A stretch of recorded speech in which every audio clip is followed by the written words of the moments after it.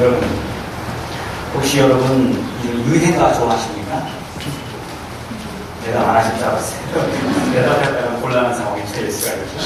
여러분, 유행가 중에서 괜찮아요. 저는 옛날에 20년 전인가 한국에 있을 때에 그 드라마, 질투라는 드라마를 봤던 기억이 있습니다. 여러분은 안 보셨을 줄로 제가 믿습니다. 그 질투라는 드라마를 보게 되면 그 주제곡이 더 유명했습니다. 그 주제곡. 여러분 그 노래의 주제곡 왜 이 유행가 가사를 저희가 여러분에게 소개하는 오늘 본문 말씀에 아주 정확히 맞아들어가는 그런 메시지가 그런 것을 속에 있기에 여러분에게 그걸 소개하려고 합니다. 제가 읽을까요? 부를까요? 저보다 우리 성가대 상님이 불렀으면 좋겠는데 네, 가사를 모르세요. 제가 읽을 테니까 읽고 여러분이 이 가사가 기억이 나요. 그 노래의 가사.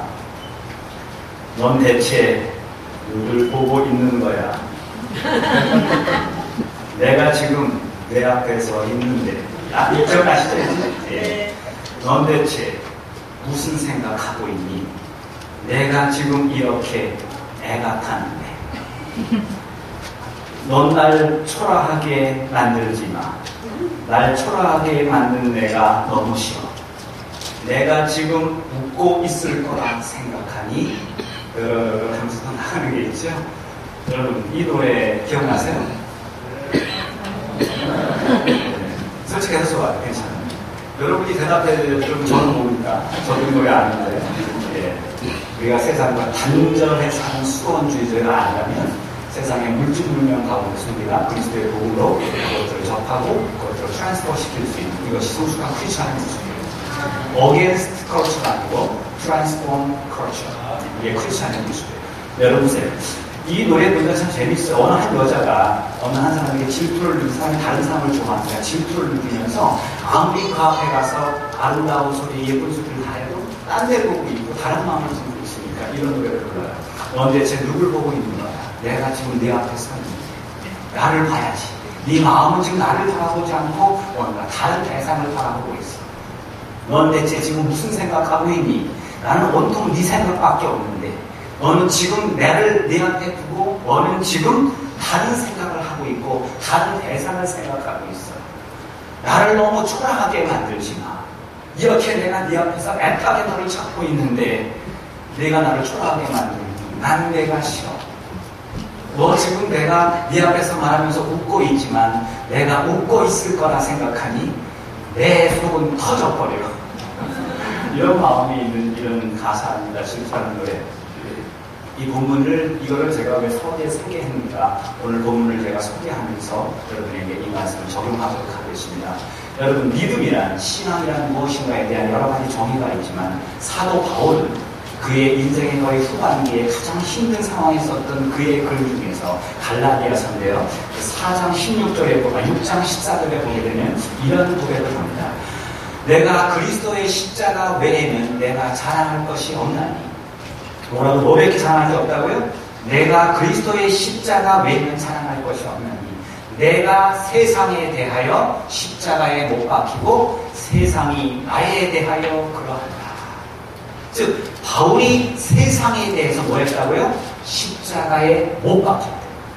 십자가에 못 박혔다는 사실은 내가 세상을 향하여 죽음을 선포했다는 사실입니다. 세상에 대하여 내가 죽고 또한 세상 보고 나에 대하여 죽었노라. 여기서 말하는 세상은 무엇입니까? 이 세상, 이 세상이 뭐냐? 우리의 환경을 말해요. 우리의 환경에 대해서 내가 죽었노라. 나를 힘들게 만드는 여러 환경들에 대해서 내가 죽음을 선포했노라. 여러분 죽은 자는 말이 있다 없다? 죽은 자는 반응이 있다 없다? 없어요. 내가 세상에 대해서 반응하지 않겠다는 거예요. 믿으면 아멘 하시기 바랍니다. 나를 거둔 사도 바울이 하나님의 일을 하면서 얼마나 많은 세상적 여러 가지 말들과 세상적 많은 시츄에이션들이 그에게 막 소개되어지고 그를 공격하겠습니까? 바울 네가 할 것 같아? 너는 안 돼. 너는 몸도 약하잖아. 너 아무것도 안 돼. 바울 너 끝났어. 너 이 녀석. 세상은 자꾸 바울에게 말하고 바울을 낙심시키려고 할 때 바울은 뭐라고 해요? 내가 세상에 대하여 십자가에 못 박혔다. 네가 아무리 나를 공격할지라도 나는 너에게 아무런 반응도 보이지 않겠다. 왜냐하면 내가 그리스도와 함께 십자가에 못 박혔기 때문에. 오늘 이 주일 아침 이 자리에 나오신 여러분들, 여러분들도 여러분의 삶의 현장 가운데 많은 상황들이 여러분들에게 다가오고 있지요. 여러분의 가정을 생각해 봅시다. 악한 것들이 여러분의 가정의 문제에 대해서 얼마나 많이 공격합니까? 너네 가정 행복해? 잘 될 것 같아? 내가 보기엔 싹시도해. 누가 하는 말이에요? 악한 것들이 우리 마음속에. 너의 남편, 너의 아내, 너의 자녀 얼마나 많은 기대를 해? 기대하지 마. 별의별 부정적인 소리들과 많은 정말 잡다한 세상적 환경들이 우리에게 많은 말들이 쏟아지는지 몰라요. 너의 직장 잘 될 것 같아? 사업? 요즘에 슬로우가 알아? 너 갈수록 더 떨어진다. 각오해라. 나중에는 쪽박 탈지도 몰라. 세상이 자꾸 우리한테 이런 말들을 쏟아내고요. 교회도 마찬가지. 교회도 여러 가지 말들과 여러 가지 추측과 여러 가지 루머들이 난무하는 가운데 우리에게 여러 가지 긍정적이지 못하고 부정적이고 낙심시키는 많은 환경들의 말들이 그래서 트래시 토크 그런 거 자꾸 우리한테 다가와요. 이럴 때 우리가 어떤 반응을 보여야 되겠습니까? 오늘 사도 바울은 내가 그리스도와 함께 내가 세상에 대하여 십자가에 못 박혔다는 고백을 합니다. 십자가에 못 박힌 사람들은 그 많은 외침에, 그 많은 부정적인 외침에 내가 절대로 반응하지 않습니다. 그래? 맞아. 네 말이 맞아. 내 생각이 맞는 것 같아. 맞아. 세상은 힘들고 여러 가지 경기는 어려운데 나는 우리 사업장을 받아야 될 것 같아. 끝날 것 같아. 거기에 반응하기 시작하는 사람들이 거의 대부분이라는 거예요. 근데 바울은 뭐라고 해? 거기에, 즉 세상에, 나에 대한 세상의 반응에, 세상의 공격에 아무런 대응과 반응하지 않고 십자가에 못 박힌 자의 삶의 모습으로 살아가요. 이것이 바울의 신앙관이요, 그의 신앙 고백입니다. 이것이 바로 십자가의 신비인 것을 저는 믿습니다. 오늘 본문을 제가 소개하겠습니다. 히스기야 왕 때요, 잘 아시는 내용이죠. 히스기야 왕 때에 아수르 군대가 이스라엘을 점령하기 위해서 군대를 파견했습니다. 아수르의 전체 군대가 다 온 것이 아니고 그 중에서 극히 일부를 떼어다가 가서 저 조그만 나라 이스라엘 예루살렘을 점령해라고 극히 일부의 군대를 보냈는데 그 군대의 숫자만도 18만 5천 명. 일부를 띄워 보냈는데 18만 5천 명이면 아수르 군대의 메인 총 군대 수가 얼마나 될까요? 적어도 오늘 아수르가 가장 그 베일에 쌓인 문명입니다. 그런데 오늘도 그 아수르에 대한 사람들이 연구하는데 아마 100만 명은 좋게 넘었을 것 같습니다. 군대 수가. 보통 강국이 아닌 거죠. 이런 아수르의 18만 5천 명의 군대를 보내면서 그 중에서 한 명, 랍사게, 이름 한번 따라해볼까요? 랍사게. 잽사게가 아니고요. 랍사게라는 장교를 보내서 네가 그 조그만 나라 하나 빨리 잡아먹고 와. 점령하고 와. 근데 랍사게라는 이름이 사신들의 우두머리라는 이름의 뜻도 되고 속어로는 깡패 군복이라는 뜻이래요. 랍사게. 깡패 두모 한 녀석을 시켜서 저 예루살렘을 가서 점령하고 와. 라고 글을 보냈어요. 랍사게가 그 18만 5천 명의 대군을 가지고 이스라엘을 빙 둘러 포위합니다. 이 당시 이스라엘 군대와 18만 5천 명의 아수르 군대와의 그 숫자를 비교하니까 3천 명 대 18만 5천 명, 약 60배. 여러분 안 놀라셔도 됩니다. 60배의 군대, 이스라엘 군대의 60배의 군대가 예루살렘을 포위했어요.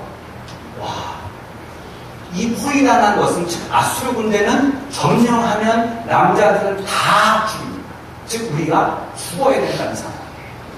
우리랑 비슷하면 싸워보겠는데 60배의 인원을 군대를 가지고 그것도 최고의 정예 부대를 보내서 예루살렘을 포위한 이 상황 속에서 옛날 고대에서는 전쟁하기 전에 먼저 상대방의 약을 살살 놀립니다.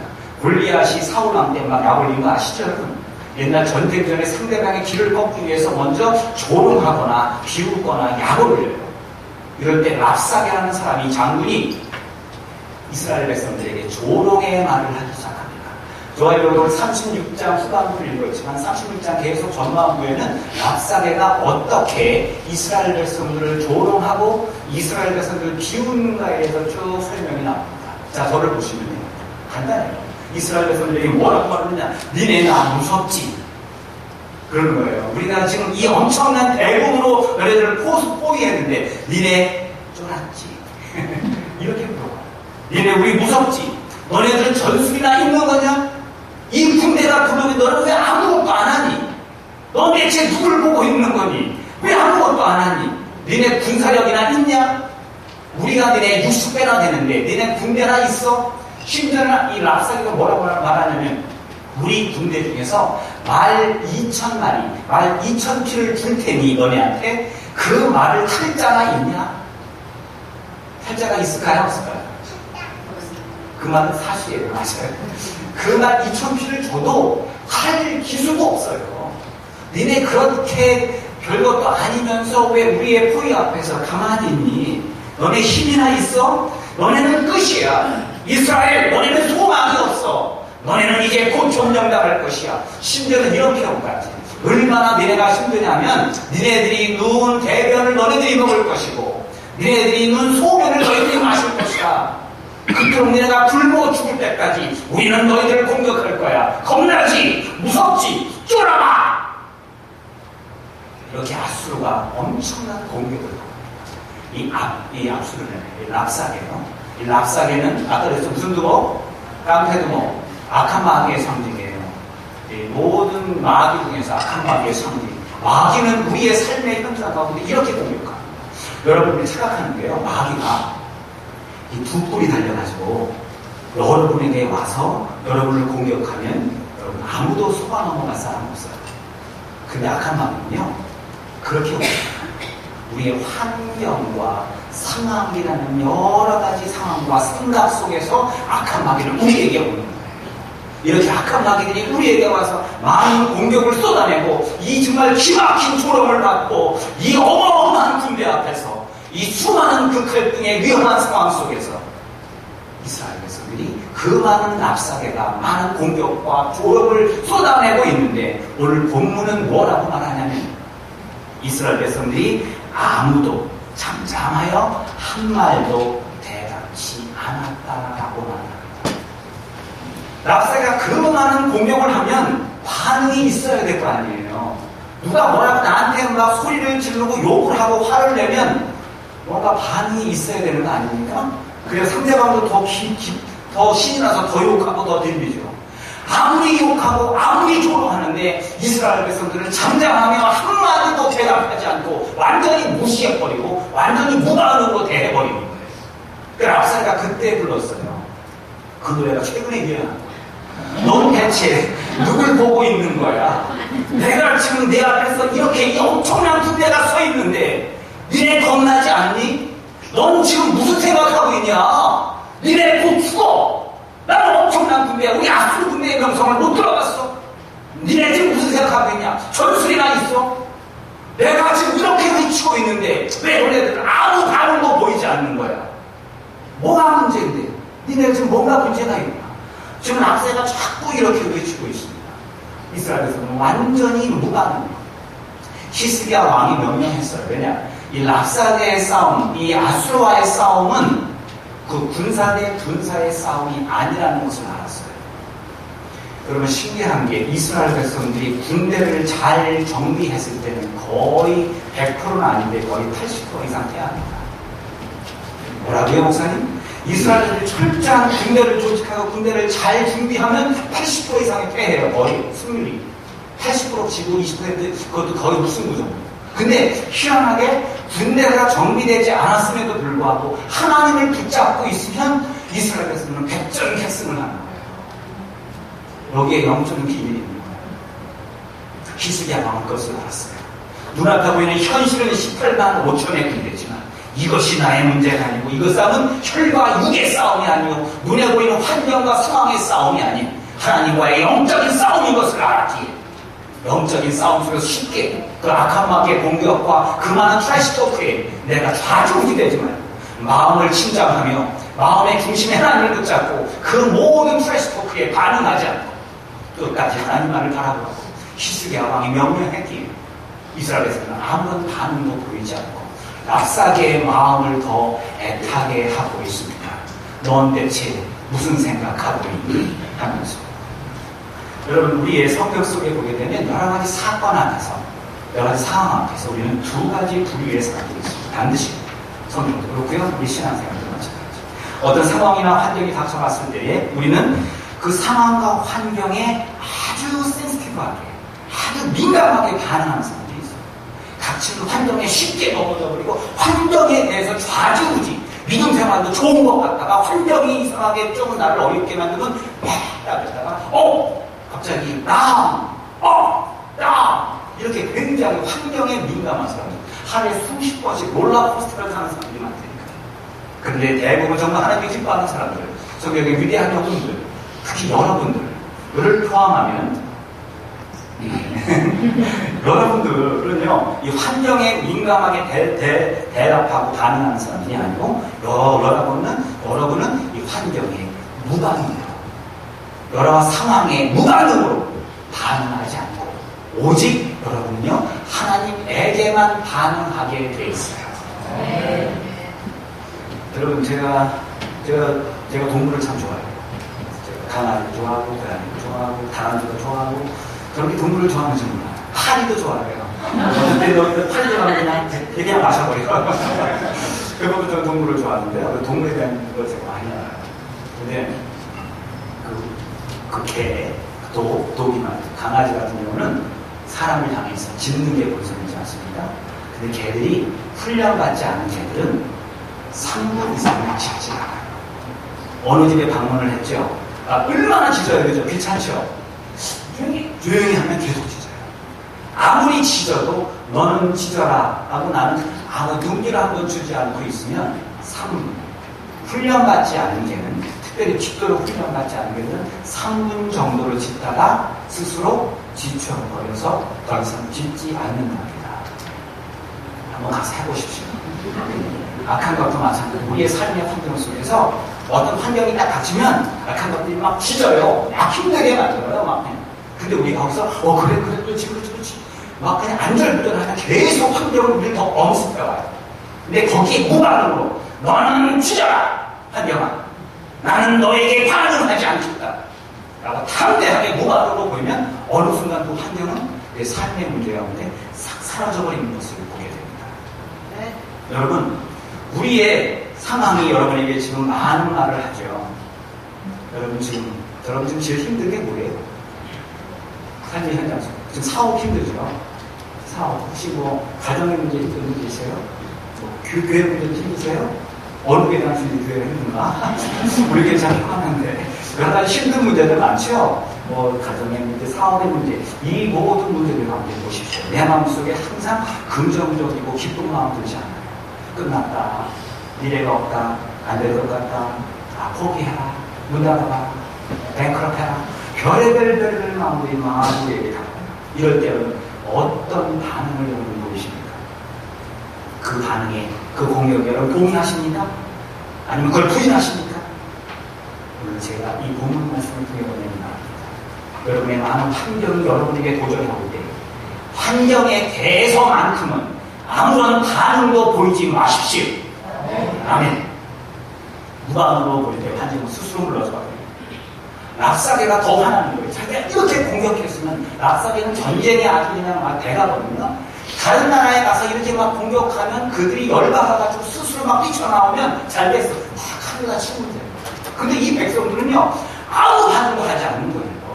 엄청 큰 나라도 아니고, 자기가 들고 군사의 60분의 1도 안 되는 녀석들이 내가 이렇게 공격하고 이렇게 조롱함에도 불구하고 아무런 반응을 보이지 않으니까 랍사게가 화나면서 좀 이상해지기 시작하는 거예요. 왜 나를 이렇게 우습게 보니?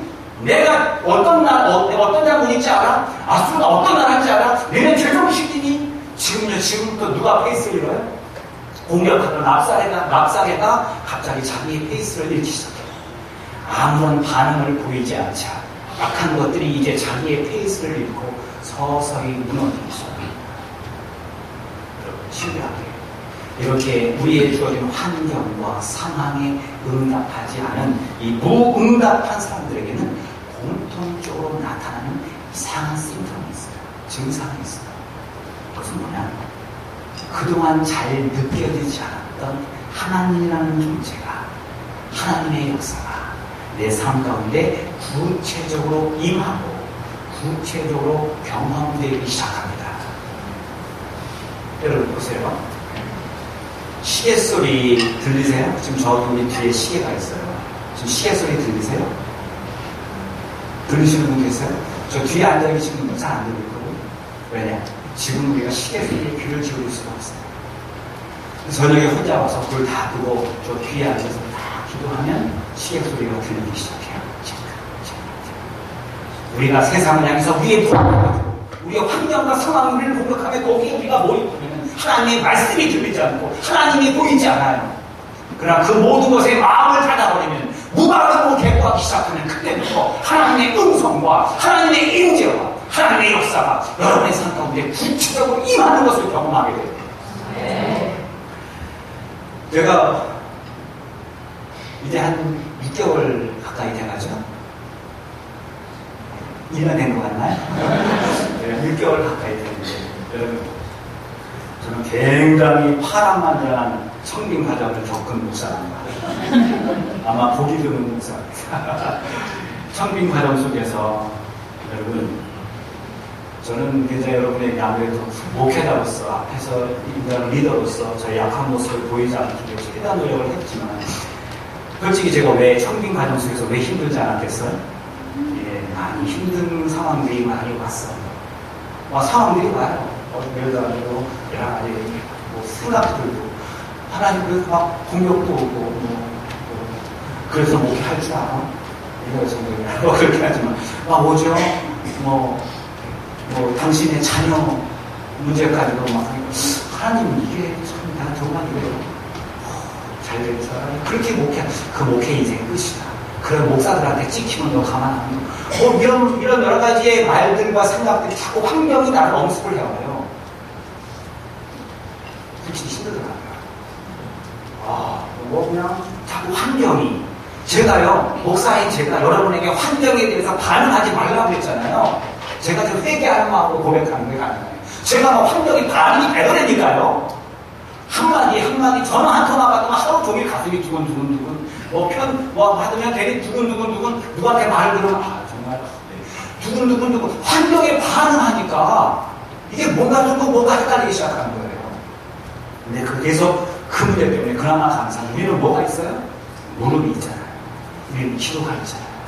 그러니까 그 환경이 올 때마다 너무나도 환경이 나를 엄습해서 하나님 이제 거기에 반응하지 않겠습니다. 그래서 이제 기도하기 시작했어요. 기도하고 있으면 하나님 기도하다 보면 하나님 이제 나 가운데 하나님만 바라보게 하시고 이 모든 환경이 나를 엄습하지 말게 해주시고 내 마음에 기쁨과 평안을 주시기를 원합니다. 이렇게 기도해요. 근데 여러분 기도하고 며칠 지나니까 희한하게 기도 끝나고 나면 제가 자리에서 일어날 때부터 계속 나오는 찬양이 있어요. 이거는 우리 찬송가가 아니고 그 박종호라는 유명한 그 복음성가 가수가 부르는 찬양 중에서 시편 23편의 찬양이 있어요. 언제 한번 우리 카운터 테너 한번 불러보죠. 제가 그냥 흉내만 낼게요. 여호와는 나의 목자시니 내게 부족함 없으리로다. 그가 나를 그른 초장이 부르는 노래가 있어요. 근데요, 이 찬송이 나오는데 여호와는 나의 목자시니 내게 하나님, 이 찬송은 제가 어떻게 옛날에 박정호 CD를 많이 들어서 입에서 흘러나오는데 이건 아닌 것 같은데 내가 부족함이 없으리로다. 이건 아니야. 나 지금 부족해요. 지금 하나님의 도움과 긍휼이 필요해. 나 부족해요. 그가 나를 쉴만한 물가가 아니고요. 여기는 마라의 쓴물이에요. 푸른 초장이 아니고 이거는 자갈밭이에요. 자갈밭. 주의 지팡이와 막대기로 나를 아니하나이다. 아니하기는커녕 지팡이와 막대기로 나를 좁히는 것 같아요. 하나님. 이 찬송이 안 나와요. 내 마음속에. 부르다가 나와서 하나님 솔직히 이 다윗의 시편이 이 찬양이 입술에서 나오게 하는데 내가 동의를 못해요. 동의가 안 돼요. 부족함이 많고요. 쉴만한 물가 같지가 않고요. 푸른 초장 같지가 않아요. 자꾸 하나님한테 막 배들고 하나님한테 막 몸을 쳤어요. 근데 한번 기도하는 하나님께서 이런 감동을 주더라고요. 이 찬송 들다가 내가 부족함한테 딱 하나님 이건 아니잖아요. 하나님이 그때 딱 감동을 주는 거라고 참아. 저는 하나님이 저한테요 좀 혼낼 때는 장훈 목사 이런 식의 감동으로 저한테 오고요. 가까울 때 저한테 훈아 영원해야 되고 훈아 너 있잖니 다윗이 너 언제 쓴지 아니? 감독이 다 다윗이 언제 쓴지 알아? 사울왕의 칼날을 13년 동안 쫓겨다니면 사울이 누구예요? 왕이에요. 왕이 나를 죽이라고 그래요. 이거 끝이죠. 그 많은 칼날을 쫓아서 도망다닐 때에 그 힘든 상황 속에서 뭐라 그래요? 여호와는 나의 목자시니 부족함이 없대요. 사울이 다윗이 어떤 상황에 쓴지 아니? 사울왕의 칼날을 쫓겨다닐 때 이걸 쓴 거야. 근데 네가 다윗보다 더하니? 네가 지금 다윗의 상황보다 더하니? 아니거든. 그러면서 내가 하나님 그런 이 말씀을 제가 깊이 생각해가지고 우리 성경과 히브리 사전 성경을 찾아가지고 모르는 거고 찾아보는데 내게 부족함이 없어. 여기서 내가 막혔어요. 스스로 동의가 안 됩니다. 내 부족함이 없으리로다 라는 이 단어를 찾아보니까 히브리 말로 로하스라는 단어예요. 로하스. 적어도 돼요. 근데요, 로하스라는 단어의 뜻이 뭐냐? 여기 나오죠? 그분이 로하스라는 단어는 무언가 내가 원하는 것이 꼭 나한테 있는 상태만 해요. 나한테 꼭 있어야 되는 게 있는 상태에 있을 때 부족함이 없다라는 단어로 표현합니다. 나한테 꼭 있어야 되는 게 현재 있어요. 그러기에 다윗은 거기서 이 상황 속에서 하나님한테 여호와는 나의 목자시오 내가 부족함이 없고 푸른 초장과 쉴만한 물가를 고백할 수 있는 거예요. 로하스 뭐예요? 여러분에게 꼭 있어야 될 것이 있어요. 있어야 될 그 대상이 여러분 가운데 있어요. 누구셔요? 이 어렵고 힘든 상황에 누구랑 함께 있어요? 꼭 있어야 될 그분이 나와 함께 계셔요. 나와 동행하셔요. 그분의 임재를 느끼는 그 순간부터 다윗은 사울의 칼날을 쫓겨 도망다님에도 불구하고 항상 마음의 기쁨과 하나님의 임재를 경험하니 마음의 기쁨과 찬양 그의 지팡이와 막대기가 나를 안위하고 푸른 초장과 쉴만한 물가래요. 현재는 동굴 속에 숨어있는 상황이지만 이 자리가 바로 쉴만한 물가요 푸른 초장이 되는 거예요. 로하스 그분이 나와 함께 계신 것을 내가 경험하는 그 순간부터 환경이 더 이상 나를 범접하지 못하고 그래서 나를 괴롭하지 못합니다. 저는 그걸로 극복이 됐어요. 완전히 극복이 됐어요. 이제는 정말로 환경이 공격을 하면 예수의 이름으로 이 물량을 찌어라 나에게를 로하스 하나님이 나와 함께 계시고 환경이 나를 기뻤다가 슬펐다가 시키는 것이 아니고 그분이 함께 계시기에 또 그분의 뜻과 계획이 있기에 나와 함께 하시는 그 신실하신 주님이 나에 대한 계획과 이 교회에 대한 계획을 가지고 그분이 움직이셨기에 나는 그분의 말씀에 순종하며 상황에 민감하지 않고 하나님에게만 반응하는 믿음의 사람으로 쓰면서 여기까지 왔습니다. 여러분도 이런 반응으로 믿음으로 승리하시는 여러분 되시길 바랍니다. 하나님의 임재를 느끼십시오. 바로 우리가 세상에 대해서 귀를 막을 때 하나님의 임재를 느끼실 겁니다. 여러분 제가 한 명의 라이너 마리아 릴케라는 유명한 시인이 쓴 한 음악가를 소개할 테니 이 사람이 누군지 알아맞히면 제가 저와 함께 식사하면서 제가 제 반찬을 얹어드리겠습니다. 잡음이 만드는 혼탁과 허망에 팔리지 않기 위하여 하나님이 청각을 막아버린 음악가 누굴까요? 어이구 예, 너무 많아서 다음 기회에 감명이 아니니까 동물이 너무 많으니까요. 잡음이 만드는 혼탁과 허망에 팔리지 않기 위해서 하나님이 청각을 막아버린 음악가 베토벤 라이너 마리아 릴케가 베토벤을 이렇게 칭송하면서 쓴 시가 이거예요. 맞아요. 베토벤이 문명 교향곡이라는 것을 쓸 때에 세상의 모든 잡설이 베토벤 네가 그 나이에 그걸 쓸 수 있을 것 같아. 막 여러 가지 공격이 왔을 때 하나님 아예 베토벤의 귀를 멀게 만들어요. 귀가 멀어버렸어요. 귀가 먼 상태에서 쓴 게 운명교향곡이에요. 그렇기 때문에 귀가 먼 상태에서 그 당시에 좀 아무 말도 안 들렸다고 합니다. 이제 그 장대같이 작곡한 이 교향곡을 막 연주를 하는데 이 오케스트라의 그 소리가 안 들려요. 그럼에도 불구하고 자기의 감각으로 지휘를 하는 거예요. 빵빵 끝났는데 갑자기 청중들이 막 손을 들고 막 주먹을 흔들면서 막 난리예요. 그 베토벤이 큰일 났다. 실패했구나. 왜 그래요? 그럼 지금 아무 소리가 들리지 않는데 청중들이 왜 손을 흔들고 난리예요?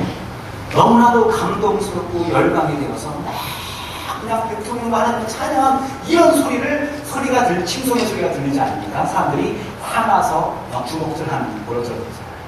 여러분 맞습니다. 위대한 음악가도 그의 걸작을 만들기 위해서 하나님 어느 순간에 그에게 여러 가지 방해 요소들을 막고 가리게 만듭니다. 사도 바울 하나님께서 눈을 멀게 하시니 빛을 같은 곳이 벗겨지니 비로소 하나님을 보게 하는 것 같이 우리의 많은 환경 가운데 우리는 환경에 반응하지 않고 거기에 무방으로 대처할 때에 바로 하나님의 신실하심과 그 임재하심이 저와 여러분의 삶 가운데 임할 줄로 믿습니다. 이런 히스기야가요. 여러분 참 좋은 게 히스기야 하나님이 한 번 더 시험을 줘요. 그래서 이 납사계의 군대를 하나님께서 물리치게 하지 않습니다. 그 18만 5천 명의 군대를 하루아침에 싹 쓸어버려요. 18만 5천 명은 어느 학자는 뭐 똑바로 누군 거를 재보니까 뭐 몇십 마일을 길고까지 조사하는 거 봤는데 18만 5천 명은 상상이 안 되죠. 18명이 아니고 18만 5천 명이 그 너른 들판에 한밤 사이에 싹 다 하나님의 천군천사가 다 쓰러져요. 이 비열이 뭐냐? 히스기야가 여러 가지 납사계의 공격과 비웃음과 조롱에 반응하지 않고 히스기야는 어디에 갔느냐? 성소에 들어갔다고 이야기합니다. 성소에 왜 들어갔어요? 자려고요? 성소에 왜 들어갔어요? 자신에게 말하세요 했잖아요. 기도하라고 말하세요. 기도. 여러분 기도라는 말을 다른 말로 조금 어려운 말로 하나님께 보고한다고 해요. 그렇게 보고한다. 도구는 뭐냐? 기도는 도구라는 것은 기도로 보고한다는 뜻이에요. 보고. 하나님한테 보고하는 거예요. 기도로 보고하는 거다가 보고라고 해요. 이 보고라는 게 뭐예요? 부하가 상상할 때 보고하는 건 뭐예요? 내가 이런 문제가 있으면 이 문제를 상상할 때 보고하면 그때부터 이 문제의 책임은 누구한테 있어요? 나한테 있는 게 아니고 상상한테 있어요. 남자분들 군대 갔다 오신 분들은요, 군대에서 뭐 어떤 일이 있죠? 내가 그 문제 해결하려고 끙끙거리다가 문제가 해결 안 되면 누구 책임? 나 영창관. 근데 이 문제를 뭐 중대장이나 뭐 위에 선임하사나 뭐 부관들한테 이 문제를 보고해드리면 그때부터 누구 책임입니까? 그분들 책임이에요. 내 책임이 아니라는 거예요. 이 기도라는 것이냐? 우리의 현재 상황의 문제를 내가 해결하는 것이 아니고 내 상황을, 내 현실을 하나님 앞에 보고드리는 것. 우리 교회는 원래 아멘이 아니에요. 기도란, 한번 해볼까요? 기도란 내 상황을 하나님께 보고드리는 것.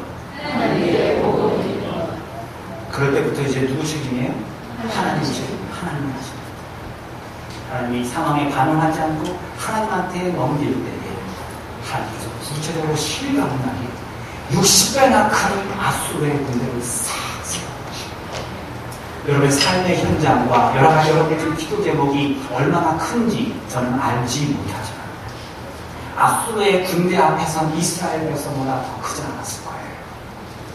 그러나 그들은 그 아수르에게 반응하지 않고 하나님한테 와서 보호드릴 때에 하나님이 그 문제를 해결시켜 주셨던 것처럼 여러분의 삶의 현장에도 그 환경에 반응하지 않고 하나님한테 이 문제를 보고 드릴 때 하나님께서 그걸 책임지시고 역사하시고 해결해 주실 것을 믿습니다.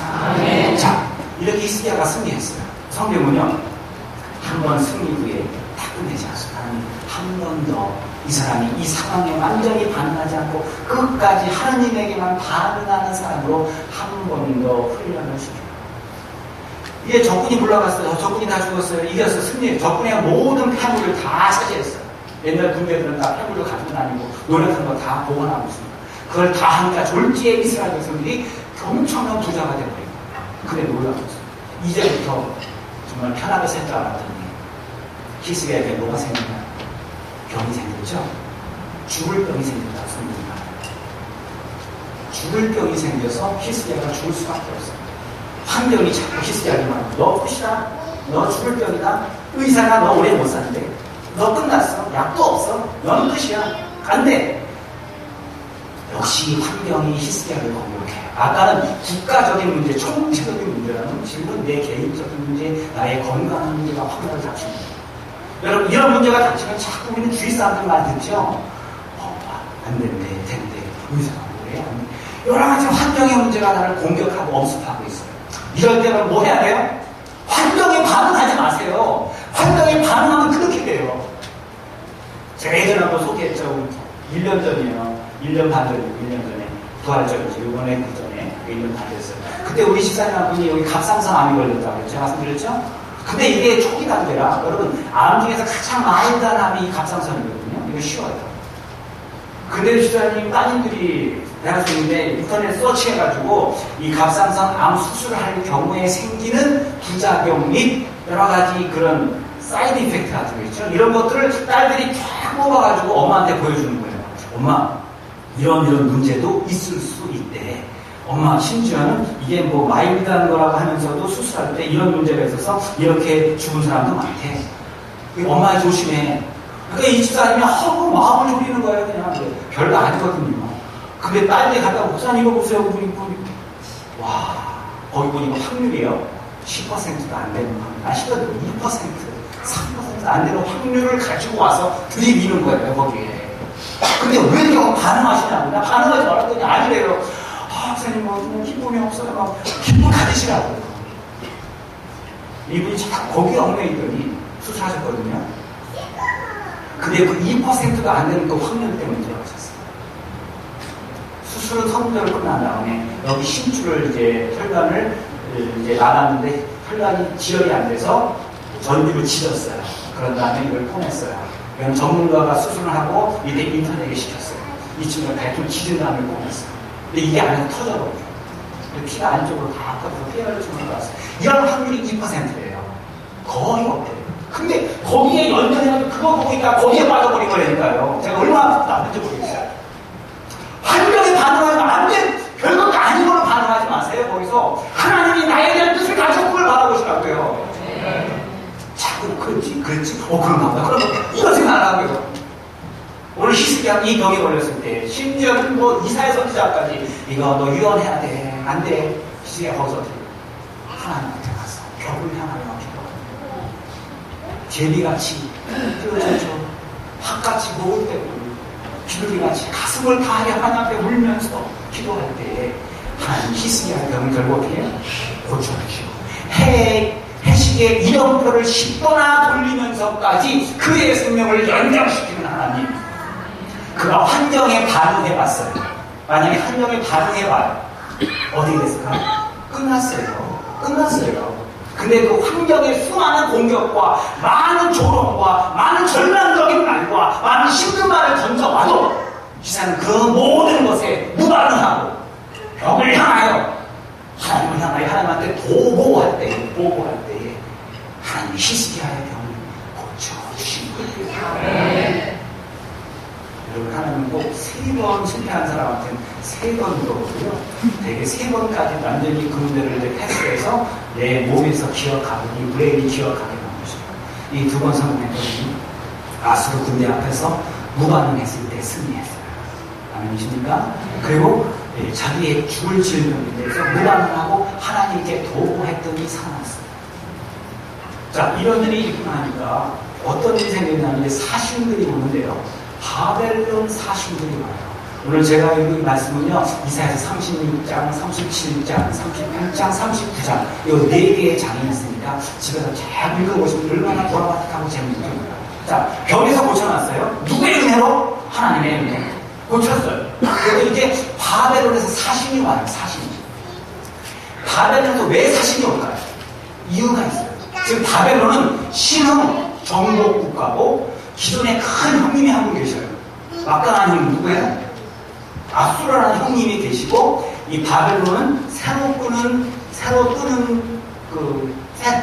뜨는 두목, 그런 왕두목이에요. 근데 바벨론에서 아수르가 너무 강해서 바벨론이 간이 힘을 쓰지 못해요.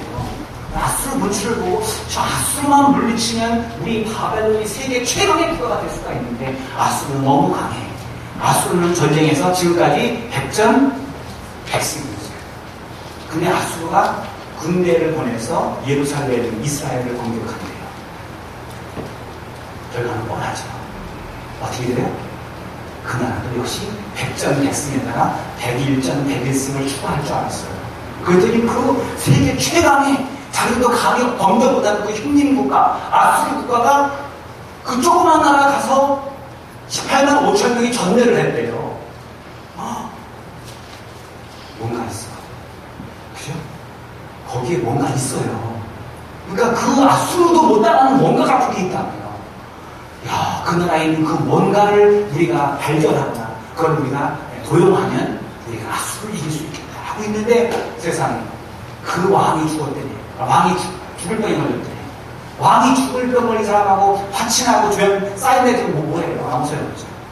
이 왕이 죽은 다음에 아들 왕하고 사인을 하자 하고 기다리고 있었는데 그 죽을 병 걸린 왕이 올라보니까 살아났대요. 아니 신기한 거예요. 아수르 군대도 물리치는 뭔가가 그 나라에 있어. 예루살렘 안에. 그리고 죽을 병도 살리는 뭔가가 그 나라 안에 있어. 바벨론이 그것만 우리가 발견하면 우리는 아수르를 극복하고 세계 최고의 정복국가가 될 거야 라고 하면서 그것을 알아보려고 예루살렘까지 왔어요. 어떻게 왔느냐? 조공을 가지고 왔대요. 성경에 보니까. 여러분 이스라엘에서는 죄송한 얘기지만 솔로몬 때 조공을 받은 이후로 한 번도 조공을 받아본 적이 없어요. 근데 누군가 나에게 조공을 가지고 가는 나라가 기분이 좋은 거 아닙니까? 그만큼 나의 위상과 위치가 높아진 거 아니에요? 와, 다른 나라에서 막 조공을 갖다 봤어요. 이제 뭐 형님으로 모시겠어요. 그래서 히스기야가 그때부터 갑자기 그들에게 어떤 반응을 보이기 시작하느냐. 아까 말씀드린 이전에 그 어려운 상황에서 그 환경에 반응했어요? 안 했어요? 안 했어요. 근데 지금은 이제 힘통해 됐어요. 다 이겼고 병도 고치고 이제 부강한 나라가 되어가고 있는 상황 속에서 사신이 왔을 때 그들에게 요청하고 그에게 물어봤을 때 이제 어떤 반응이 오기 시작하느냐. 역시 무반응으로 나가야 돼요. 근데 자기가 높아진 다음에 그들이 왔을 때에 그들에게 성경에 보니까 뭐를 보여주냐. 성소 안과 자기 왕의 개인 창고 안에 있는 모든 금은 보화들을 그들에게 보여줍니다. 여러분 여기서 우리는 중요한 메시지를 발견할 수가 있어요. 여러분 어렵고 힘들 때 환경 바라보지 마시고 앞에 나가 기도하십시오. 아멘 하세요. 아멘. 이걸 해야 되는 거죠. 근데 그때 나오면 할 수 있는데 여러분 잘 나갈 때, 여러분 편할 때, 여러분 막 그냥 비행기 타고 갈 때 그때도 이 환경이 나를 칭찬하고 자부하게 만들지만 그 모든 것을 끄고 하나님 앞에 나와서 기도하십시오. 이상하게 자꾸들이 가서 엄청난 바벨론은 그 보물에 전문합니까? 엄청난 보물을 갖다 줬겠죠? 조금을. 거기에 자기를 포장하기 시작하는 거예요. 있는 그대로의 모습이 아니고. 자, 여러분 예를 들어 여자분들 제일 비싼 가방이 뭐예요? 눈동? 마지막 무슨 똥? 리비똥? 루브똥? 뭐가 있어요. 또 가방도 여자분들 가방이 민감해요. 근데 만약에 누가 나한테 무슨 똥, 로비똥? 그걸 줬어요. 그걸 딱 하는데 내가 입고 있는 옷은 그냥 길거리켜요. 그걸 딱 가서 모임 했더니 야, 너 가방만 근사하다. 그럼 그때부터 뭐예요? 이 가방에 맞게 나를 또 포장해야죠. 그래서 가서 비싼 돈 주고 조금 풀어가지고 바지 하나 샀어. 바지랑 신발. 그래서 딱 갔더니 야, 밑에랑 가방은 근사한데 위에 뿌리는 이상하다. 그걸 길거리 그때부터 뭐예요? 위에 뿌리도 이 루비똥에 맞춰서 이것도 같은 똥으로 칠을 해야 돼요. 그래가지고 다 그냥 그 칠을 해야 거기에 맞춰서 여기까지 가방 하나 때문에 내 인생이 바뀌고 거기에 나를 맞추려고 한다니까요. 지금 히스기야가 바로 그 문제예요. 그 많은 사람 칭찬하고 막 존경한다고 그러니까 그때부터 거기에 맞춰서 자신을 포장하는 거예요. 원래 히스기야는 어떻게 했어야 돼요? 이 상황이 닥쳐도 이 깊은 상황에 조공을 맞추고 나한테 오는 상황이 닥쳐도 하나님 앞에 나와서 하나님 앞에 보고해야 돼요. 기도해야 돼요. 하나님 세상에 이게 웬일입니까? 됩니까? 저들이요, 나에게 뭔가 있다고 생각하나 봐요. 우리가 아수르의 군대를 물리치는 거, 우리에게 엄청난 군사력과 전술이 있는 줄 알고 있나 봐요. 하나님 그거 아니잖아요. 누가 하셨죠? 하나님이 하신 거잖아요.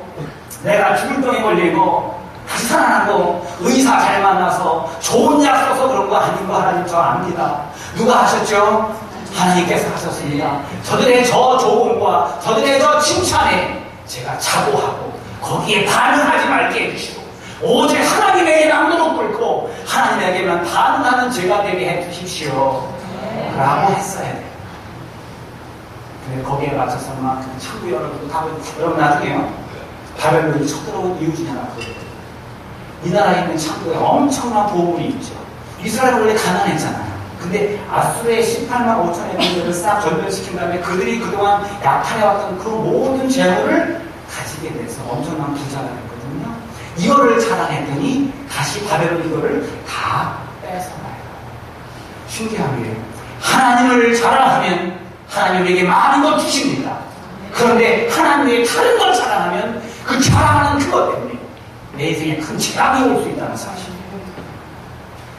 여러분, 우리에게는 얼마나 많은 상황에 민감한 삶을 살고 있습니다. 우리는 지금 상황에 너무나도 반응을 열심히 하고 있죠. 툭하면 상황이 나를 닥쳐오면 어떨 때는 웃다가 또 상황이 조금 힘들게 오면 물다가 혹은 힛쭉 뺐쭉 하루에 12번씩 롤러코스터같이 웃었다가 울었다가 힛쭉 뺐쭉 우리가 얼마나 많이 이렇게 상황에 민감한지 몰라요. 여러분 이 상황이 우리를 많이 공격합니다. 우리에게 하나님 안 된다, 힘들다, 불가능하다, 끝났다, 절망이다, 소망이 없다. 누가 주는 거예요? 하나님이 주는 거 아니에요. 환경을 위로하여도 낙심시키기 위해 주는 거거든요. 여기서 반응하지 마세요. 맞다. 그래. 맞아. 이럴 수는 없어. 환경에 반응하지 마십시오. 아멘이십니까? 네. 비록 아수르 군대 같은 60대의 큰 힘이 우리를 밀어붙인다 할지라도 무시해버리세요. 당당하게 무시해버리세요. 나를 그냥 세상의 무응답으로 대응해보십시오. 그 세상을 애타게 만들어보세요. 만약에 우리가 앞으로 오늘 말씀 이후에 우리 신앙생활 하다가 굉장히 상황에 민감해서 막 어쩐데 이런 분들 계시죠? 그럼 여러분 만약에 그런 사람 앞에 있으면 한번 따라해보세요. 혼자 신났어 시작. 신났어. 그래 신났어. 나는 오직 하나님께만 반응해. 환경에 반응해. 그래요? 그러구나. 하나님에게 반응하십시오. 여러분 스스로 자신을 낮은 신앙이 정말 리얼 크리스천의 모습이 아닌 환경에 민감한 말이 무리의 수면 같은 신앙으로 우리를 주목시켜 주십시오.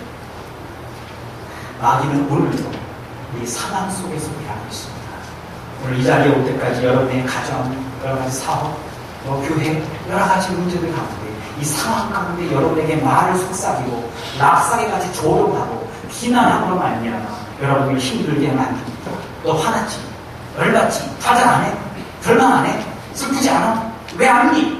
이런 공격이 왔을 때 우리는 거기에 눈을 막고 거기에 귀를 막고 오직 하나님의 말씀에 붙잡혀 하나님의 말씀에 매여 하나님께만 반응하는 저와 여러분 되시기 바랍니다. 말씀의 결론을 맺겠습니다. 하나님의 우리를 여러분 우리 신앙생활하는 그런 거 있죠. 장로님들 기도하실 때 장로님들 안 하시는데 어느 장로님 기도할 때 꼭 그 멘트가 있어요. 하나님 우리에게 축복을 주시는데 30배 다 뭐죠? 60배, 100배의 축복을 주세요. 제가 어떤 교회 우리 장로님 기도할 때 꼭 멘트가 있어요. 우리 모든 그들에게 그들의 가정과 사업에 하나님 30배, 60배, 100배의 축복을 주십시오. 감사한 일이에요. 또 뭐죠?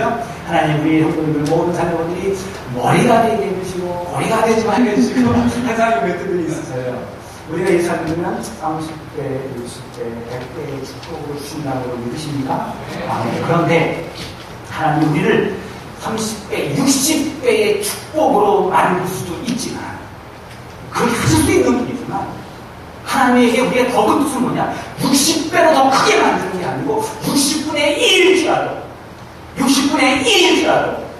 이 10분의 1의 상황이 닥쳐도 60배가 나를 둘러엎어도 60배의 힘이 나를 엄습하고 비난하고 조롱할 자, 그 앞에서 조금도 주눅들지 않고 당당하게 믿음으로 호령하며 그 상황에서 놀라지 않고 하나님 앞에서 기쁨과 찬양을 부릅니다. 하나님 이걸 우리에게 하십니다. 여러분, 하나님 나 지금보다 60배만 더 많게 해주세요. 그 기도하지 마십시오. 내가 지금 60분의 1의 상황이지만 이 상황에서 당당히 하나님을 믿음으로 승부고 기쁨의 노래 부르주십시오. 세상이 무엇 때문에 우리를 두려워하는지 아십니까? 여러분 돈 많이 벌으십시오. 아무도 안 해요. 여러분 성공에 투자해 보십시오. 얼마나 별로 안 해요. 세상이 우리를 향해서 논하는 것은 그 어렵고 힘든 절망의 상황일지라도 60분의 1밖에 아닌 상황일지라도 60배나 큰 상황이 나를 엄습할지라도 거기에서 팔짱을 끼고 휘파람을 불면서 하나님을 찬양하는 기쁨의 사람들을 볼 때에 세상에 놀라는 거예요. 여러분이 만사 힘통할 때 세상에 놀라는지 아십니까? 아닙니다. 여러분이 힘들고 어려울 때에 정말 저때 저 사람은 아마 절망할 거야. 저 정도면 아마 신앙 떠나지. 주위 사람들이 나를 꼬르고 있을 때 그 가운데 하나님을 찬양하며 기쁨의 찬양을 부를 때에 세상이 부들부들 떱니다. 이야, 저 진리 사투리 음에 징한 거 저게 진짜 그렇지 않구나. 음이 징한 거 이 상황에서 저 기쁨이 있어? 이 상황에서 어찌 저리 찬양을 부른대요? 음이